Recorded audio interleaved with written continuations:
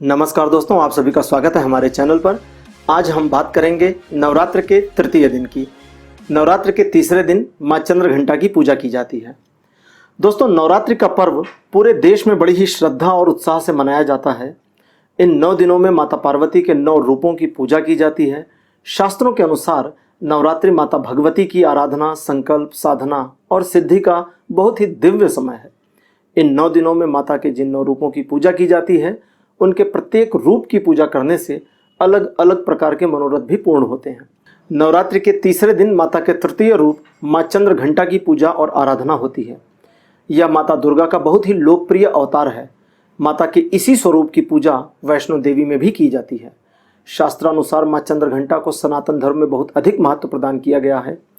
इनकी साधना करने से साधक के मन को असीम शांति प्राप्त होती है। ऐसा भी माना जाता है कि इनकी साधना से साधक का मन मणिपुर चक्र में प्रविष्ट हो जाता है।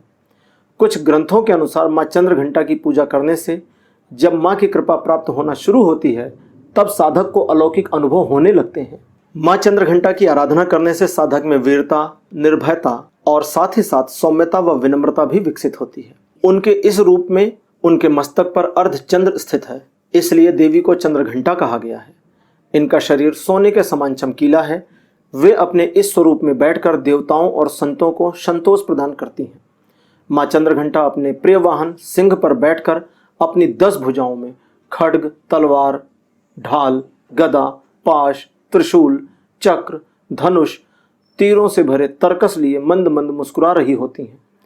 इनकी पूजा अर्चना करने से सभी पाप नष्ट हो जाते हैं और साधक निर्भय हो जाता है। माता के इस रूप की बड़ी रोचक कथा पुराणों में मिलती है। कथाओं के अनुसार प्राचीन काल में एक समय देवताओं और असुरों के बीच लंबे समय तक युद्ध चलता रहा था।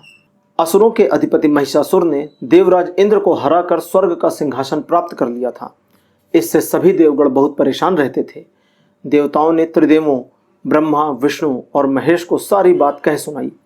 यह भी बताया कि स्वर्ग पर असुरों का अधिकार हो जाने से पृथ्वी पर उनका अत्याचार बहुत ही तेजी से बढ़ रहा है। इंद्र ने यह भी बताया कि असुरों ने स्वयं इंद्र सहित सूर्य, चंद्र और अन्य देवताओं के अधिकार भी छीन लिए हैं और बहुत से देवों को बंधक भी बनाकर रखा है। उन्होंने बताया कि असुरों के भय से देवता पृथ्वी पर छिप कर रहने को बाध्य हो गए हैं। यह सब सुनकर ब्रह्मा, विष्णु और शिव का गुस्सा बहुत तीव्र हो गया। तीनों देव इससे पहले इतना क्रोधित कभी नहीं हुए थे। क्रोध के कारण उनके मुख से ऊर्जा उत्पन्न हुई और देवताओं के शरीर से निकल रही ऊर्जा से जाकर मिल गई। यह ऊर्जा 10 दिशाओं में व्याप्त होने लगी। तभी उस ऊर्जा में से एक देवी का अवतरण हुआ।